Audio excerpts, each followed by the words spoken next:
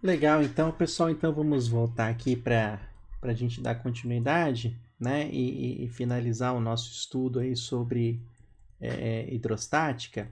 Então, eu quero falar um pouquinho agora com vocês sobre corpo parcialmente imerso, né? A gente viu, então, algumas situações até agora onde o corpo fica totalmente imerso na água, né? Então, por exemplo, no caso lá do peso aparente que a gente viu, quando ele está imerso na água totalmente, a gente sabe que o empuxo se deve a todo o volume do objeto de água que foi deslocado. Então, o objeto está dentro da água integralmente, então todo aquele volume que ele tem é deslocado de água, mas tem uma situação em que a gente está vendo aqui agora que não acontece isso, né? Quando você tem um corpo parcialmente submerso, a gente não pode afirmar que o empuxo se deve ao volume de água equivalente ao objeto deslocado. Não é verdade, porque não é todo o objeto que está dentro da água, né? Isso é muito comum, por exemplo, quando você põe o isopor dentro da água, né? Ele não fica integralmente dentro da água, então é,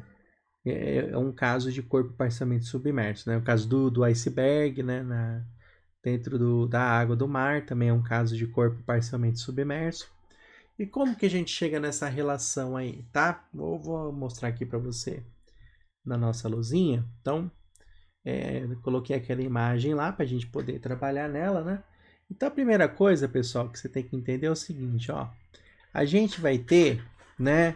Se esse objeto aqui está parado, a gente vai ter um equilíbrio de forças, tá? Então, eu posso dizer que a força peso, aliás, deixa eu trocar aqui para amarelo. Então, a gente pode dizer então que a força peso é igual ao empuxo, tá? Isso com certeza é verdade. E o que é o peso, né? O peso é a massa do objeto vezes a gravidade. E o que é o empuxo? O empuxo é a densidade do líquido vezes o volume de líquido que foi deslocado vezes a gravidade, né? Então aqui a gente já pode cortar a gravidade. Só que aqui, pessoal, tem uma coisa interessante, tá? A massa do objeto, a gente sabe que a densidade de qualquer coisa é a massa dividido pelo volume. Então eu posso dizer que a massa do objeto, né, é a densidade do objeto vezes o volume do objeto, tá? Então aqui eu posso dizer o seguinte, ó, isso aqui é a densidade do objeto vezes o volume do objeto igual a densidade do líquido deslocado vezes o volume do líquido deslocado, né? E aí o que a gente observa? Se você olhar aqui, né, como o objeto está parcialmente submerso, o volume deslocado vai ser equivalente a esse pedacinho aqui, ó. Tô pintando aqui para você ver. É só esse pedacinho que afundou, né? Então é só esse volume. Esse é o volume do líquido, né? Agora, o volume do objeto é tudo isso aqui, ó. O volume do objeto é tudo. Tudo que está aqui é o volume do objeto. Então, claramente, né, o volume do objeto ele é bem maior, né? O volume do objeto é maior, né, do que o volume do líquido. Então eles não são a mesma coisa, tá? Então aqui o que a gente pode fazer, né? Dando continuidade aqui, eu posso dizer o seguinte, ó, que o volume, vou passar o volume para o outro lado, tá? Então vai ficar o volume do objeto. Aliás, vou deixar assim, ó, vou deixar a densidade do objeto dividido pela densidade do líquido é igual ao volume do líquido dividido pelo volume do objeto, né? Então essa é aquela relação lá que está lá no slide, tá, pessoal? E como que a gente interpreta isso aqui, né? A gente interpreta isso aqui da seguinte maneira, né? A fração da densidade de um para o outro é igual à relação entre o volume submerso e o volume total, né? O volume do objeto é o volume total e o volume de líquido é o volume que foi deslocado de água. Então, para você ter uma ideia, né? Se o objeto tiver 90% da densidade do líquido, então o volume submerso vai ser 90%, né? Então, pega o caso do iceberg, por exemplo, né? Se 90% do iceberg está submerso, quer dizer que o volume que a densidade do gelo é 90% da densidade da água, né? Então, esse é um resultado muito importante para a gente, né? Ele parece meio óbvio quando a gente fala do jeito que eu acabei de falar, mas a forma de obter matematicamente essa relação é por meio do que eu fiz aqui, né? Então, vamos pegar aqui um exemplo, tá lá nos slides de vocês, tá? Então, a gente tem aqui um probleminha que a gente tem que resolver, né? Então, a gente tem um isopor, o isopor é conhecido como poliestireno expandido, né? É um plástico. Ele pode apresentar diferentes densidades dependendo da forma como ele é feito. Então, aqui a gente tem um que tem 9 quilos por metro cúbico, e esse outro tem uma densidade um pouco maior de 40 quilos por metro cúbico, né? Então, você tem duas bolas de isopor maciças, cheias de isopor, né? Elas têm o mesmo raio, né? E uma com uma densidade menor e outra com a densidade maior.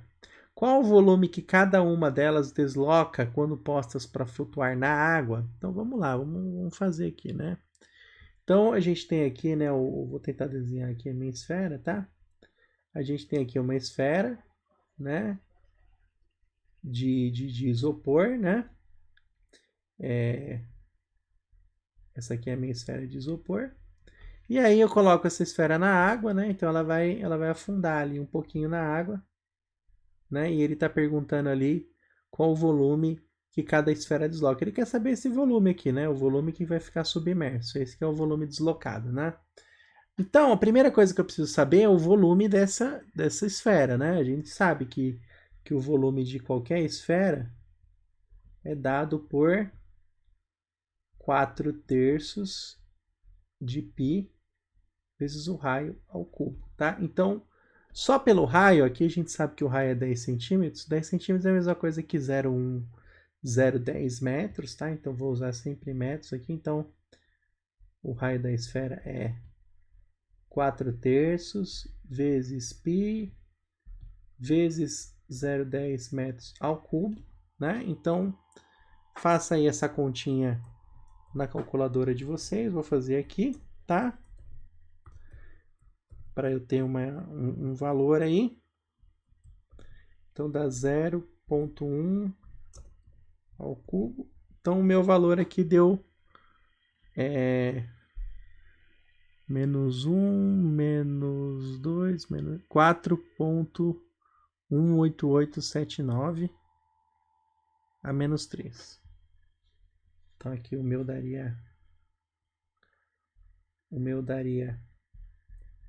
4,18879 vezes 10 a menos 3. E aqui no caso, metro cúbico, né? Muito bem, esse é o volume da esfera, né? O volume total da esfera. Agora, a gente sabe, né, lá da nossa relação anterior, que a densidade do objeto dividido pela densidade do líquido deslocado é igual ao volume do líquido dividido pelo volume do objeto. O que a gente calculou foi o volume do objeto, tá? E eu quero saber o volume que foi deslocado. Esse cara que eu quero saber aqui, ele é o VL, tá? Então eu vou isolar o VL aqui. Então o VL que eu quero encontrar vai ser o volume do objeto vezes a densidade do objeto dividido pela densidade do líquido, né? Então isso aqui vai ser igual aos 4 pontos. Só para facilitar as contas, né? Vou colocar aqui aproximadamente 4,2, né? Vezes 10 ao cubo, né? Aliás, 10 ao cubo não, aqui é menos, né? Menos 3. Multiplicado por...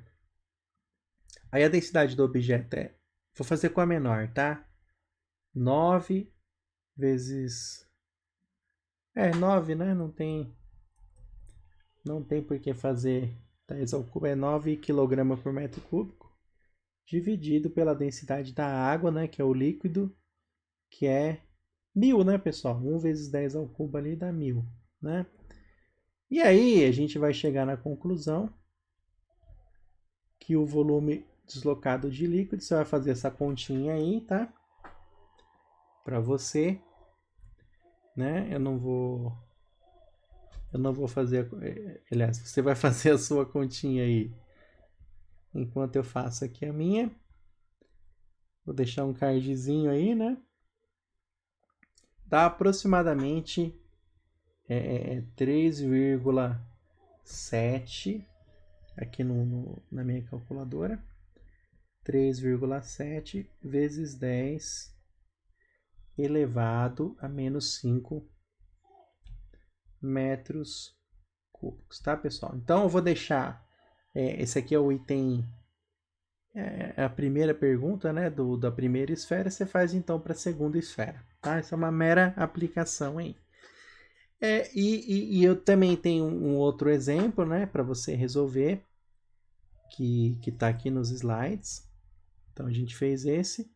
Esse outro exemplo aqui, ele fala de um objeto aí cilíndrico, né? Então eu vou deixar esse daí para você fazer nos exercícios, tá bom? É isso aí, pessoal.